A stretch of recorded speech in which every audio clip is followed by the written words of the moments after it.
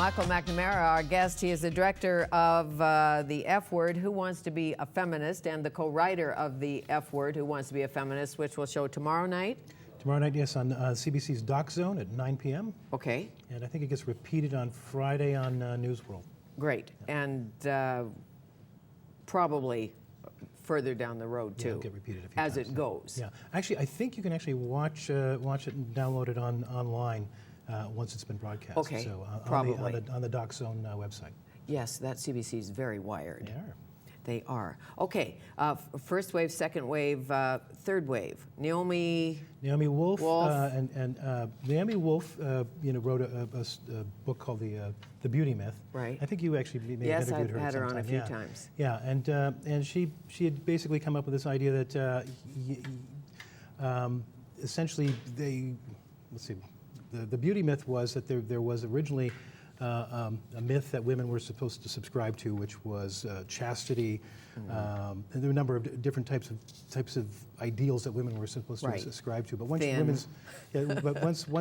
feminism sort of came into effect, those things were thrown out the window, and so the sort of social structures that be came up with the idea that okay, we'll impose a new myth, and this is the beauty myth. That basically were sort of impossible ideals of femininity to sort of live Pick up up to. a fashion magazine. Yeah, absolutely. The girls are yeah. 16. They look 25. And so they're on the cover. Yeah.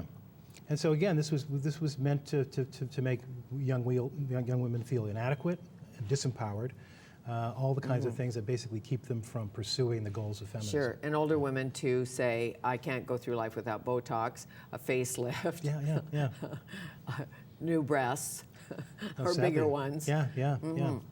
All of that. No, so we spoke with her. We spoke with who else? Susan Faludi, who wrote She's the book. feisty. Yeah. She wrote this book called Backlash, and what she did was that she sort of looked at the different types of effects that happened in the wake of that second wave of feminism, and there was a backlash, kind of coming in during the Reagan years, essentially. And this sort of rise of conservatism that was really quite powerful, and again, found ways to sort of kind of put women off their balance, basically.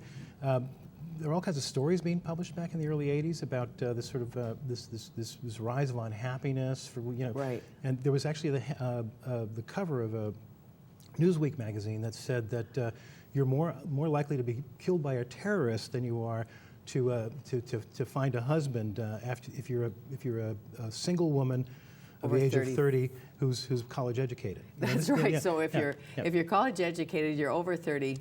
A man is not going to want you. It's stunning. And those figures were just kind of pulled out of the air, and there were lots of these kinds of sort of pieces that were being published. And so she tracked them in this really terrific book, Backlash. And again, so 20 years later, we sit down with her and talk to her, and she says things are in some ways a little better, in other ways, it used to be very unsubtle.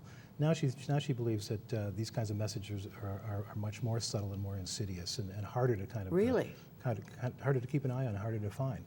How so? Well, I guess the thing is, people have become more adept at spin. Let's face it. Right. So sure. And you can use look at Fox News, for instance. I mean there are broadcasters in the United States who essentially purport to be balanced and aren't quite. And in fact, actually, there's a scene in our film where there's an organization called the Women's Media Center that Gloria Steinem is involved in that has this campaign called Name It, Change It. And what they've been doing is getting people to sort of blow the whistle on media portrayals that are basically unfair to women, and particularly women politicians. Because they feel that, as we were saying earlier, that it's the threat of being sort of treated so badly by the media that's keeping women out of politics. Sure, and some men, but mostly women. I agree with you. Former Prime Minister Kim Campbell, ask her. Oh my goodness, yeah. What that was like. Absolutely. Not a fun ride. But as you know, as generations go, and you pointed out in the documentary, it's never cool to care about the exact same stuff your mother cared about. Absolutely. Yeah. Or, because you're the new generation, so you're the third wave of feminism, and so you don't want to be labeled a feminist, but you have issues to face, and certainly globally, for sure, in the developing world, we know. So, but this is North America. but many of the young feminists I know are working for women in Saudi Arabia. Right. Women in countries that are so patriarchal. Yeah. Women are being stoned. Well, absolutely. Well, and this is one of the things that Naomi Wolf says is that we know what's going on in those countries. Mm-hmm. So and those women are still acting. They're still up. They're being persecuted on all fronts, but they're still protesting and they're still organizing. She says Canadian and American women, Western women in general, have no excuse for not taking care of the unfinished business that exists here. And did you see places along the way where women were actually sabotaging women? I mean, there was a day when if you got on an aircraft and there was a female pilot, even a female might say, I hope she knows what she's doing. Hope she knows how to fly this plane. Yeah. It was so silly, but the perception was there. Yeah. Well, my grandfather would get off the plane Yeah. if there was a female in the cockpit. Really? You bet. Well, we interviewed a woman named Christina Hoff Sommers, who's a conservative feminist, and she's part of a think tank, a conservative think tank in Washington, D.C., the same think tank where they invented the words axis of evil. In fact, Right. David Frum. Yes, David Frum. Whose mother was a feminist, Barbara Frum, as you know so well. Right, exactly, yeah. and raised a very conservative son. Yes, absolutely. And so Christina Hoff Sommers has written books with titles like The Failure of Feminism, and she's essentially she considers herself a feminist, but she doesn't believe that a lot of the ills that sort of exist today are systemic. And You mean violence against women, domestic violence? Oh yeah, and not systemic. Well, for instance, they're trying to institute certain types of pay equity laws in the United States, and she's been coming out against it. And so these are the kinds of things that kind of ultimately sort of stand in the way. And this is the problem with the whole idea of if we had more women in politics, would that necessarily be better for women? Sure. And in some cases, and it's not anti-male. Feminism is so not anti-male. No, it's certainly like not. we're all in this together. It's the same as gay rights. Yeah. But it's not anti-straight. Yeah. It's like just give us a chance to marry and be part of society. Well, exactly. But you look at Maggie Thatcher. I mean, was she a feminist? They called her the Iron Lady. Absolutely, yeah. I mean, so